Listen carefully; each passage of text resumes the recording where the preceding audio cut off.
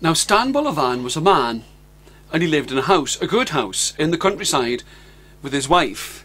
And all he had in all of this world was one cow, and all he had in all of this world was one sheep. But one day when he came back to his house, there was his wife standing outside of the door, and her shoulders were shaking up and down, and she was crying. Stan Bolovan looked at her and said, "Why are you crying?" She said, "I'm crying because..." He said, "Yes." She said, "I'm crying because..." He said, "Yes." She says, "I'm crying because..." He said, "If you don't tell me why you're crying, then I can't help you." She said, "I'm crying because we don't have any children." Stan Bolovan didn't know what to say, but he turned around and started to walk amongst the trees, and as he walked along, he listened and he heard a voice, and the voice screamed out, "Help!" And he looked over here, and he looked over there, he looked up, he looked down, and he looked all around.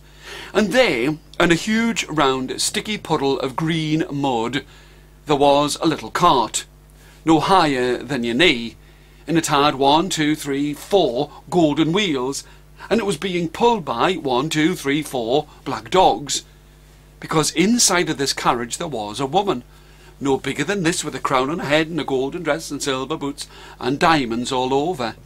And she was stuck inside of the mud, and Stan Bolovan knew exactly who she was. She was the Queen of the Fairies, and if he helped her, she would give him 1, 2, 3 magic wishes. So he stepped into the mud, and he started to push, and the dogs started to pull, and he pushed and they pulled, and he pushed and they pulled, and he pushed the cart right out of the mud, but he fell in the mud with a great big splash, and he had mud on his nose, he had mud in his hair, he had mud in his pockets, mud in between his toes. But the little woman, no bigger than this, with a crown on her head and a golden dress and silver boots and diamonds all over, she said, "Thank you, thank you, thank you.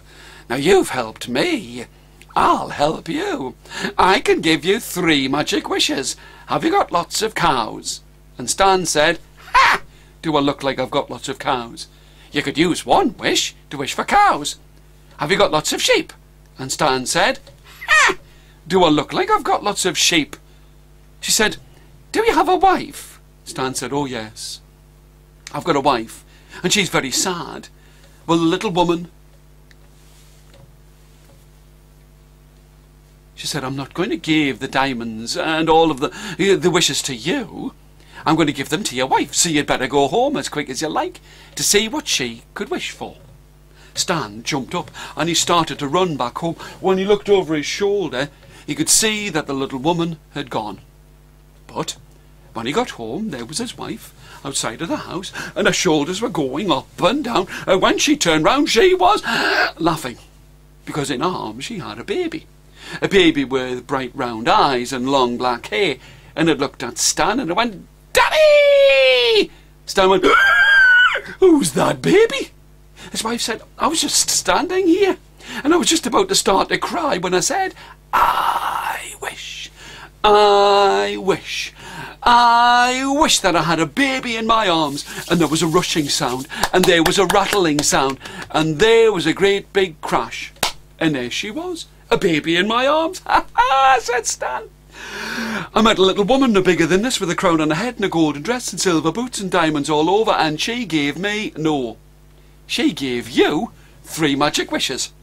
You've used 1 of them, but you've still got 2 left.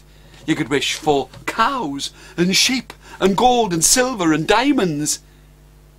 His wife went, "Oh dear, don't go and look up into the tree." Stan looked up in the tree, and what did he see? Well, count with me. 1, 2, 3, 4, 5 children, all dancing and playing in the tree. And he looked at the tree, and they looked at him, and they went, "Daddy!" He went, "Who are those children up there in the tree?" His wife said, "Well, I had the baby in my arms, and I just said, I wish that I had 5 more children." There was a rushing sound, a rattling sound, and there was a great big crash, and there they were. "Ha ha ha ha," said Stan, 6 children. What am I going to do? Oh, it's all right. You've still got 1 wish left. You could wish for cows and sheep and gold and silver and diamonds. His wife went, "Oh dear, whatever you do, don't go round to the back of the house." Stan jumped up. He ran round to the back of the house, and what did he see? Well, count with me. Not 1, not 3, not 5, not 7, not 9, not 10, not 20, not 40, not 80, but 100 children, all dancing at the back of the house, and they all looked at Stan, and they went, "Daddy!" He went, "Who are those 100 children?" She said, "I had the baby in my arms, the 5 children up on the tree, and I just said, I wish that I had 100 more children." There was a rushing sound and a rattling sound and a great big crash, and there they were. 106 children! What are we going to do with 106 children? Before his wife had a chance to say, all of the children had knives in their hands. All of the children had forks in their hands. And they started to walk towards Stan Bolovan, and they shouted out, "Daddy! We are hungry! We are hungry! Please bring us something to eat!" He went into the house, put all of the food into a pan, cooked it up and gave it to the children, but when he looked in the pan, there was nothing left for him. They went, "Daddy! We are cold!"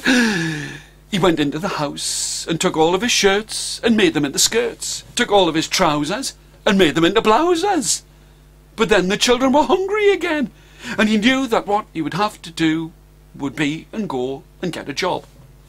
So he waved goodbye to all of the children and walked along the road and asked everybody if they had any work to do, but nobody did. And when the moon was high in the sky, like a great silvered coin, he came to where there was a field, a square field, and inside of the field there were 7 cows. Inside of the field there were 7 sheep. And he scratched at his chin and he rubbed at his head, and he thought, if I asked the farmer, he could give me some milk. He could give me some wool for clothes. But when he got towards the field, who should be coming up the hill but the farmer? The farmer was the sorriest looking man you ever did see, and he started to weep and wail because out of the sky there came a dragon, and it swooped down, and it picked up 1 cow and it picked up 1 sheep, put them on its back, and it flew away. And the farmer stood there and went, "Every night that dragon comes and he steals 1 cow and he steals 1 sheep. I wish somebody would get rid of the dragon for me. I'd give them gold and silver and diamonds." Stan was very interested. He said, "I'll get rid of the dragon for you." He didn't know what he was going to do, but he went back to the farmer's house. And when he got there, the farmer gave him supper, and he ate it up as quick as that. And he asked for some more, and he ate it up as quick as that. And he went to his sleep, and the next morning he got his breakfast, and he ate it up as quick as that. And he had his dinner, and he ate it up as quick as that. But when it came to supper time, he ate his dinner as slowly as this, because he knew he had to go to the field to get rid of the dragon. When he'd finished every last single scrap of food on top of the plate, Stan Bolovan went to the field and stood there, shaking and shivering. And he stood there, and out of the sky there came the dragon, and it picked up 1 cow and it picked up 1 sheep, and Stan stood there and went, "Stop!" The dragon looked down and said, "Who are you?"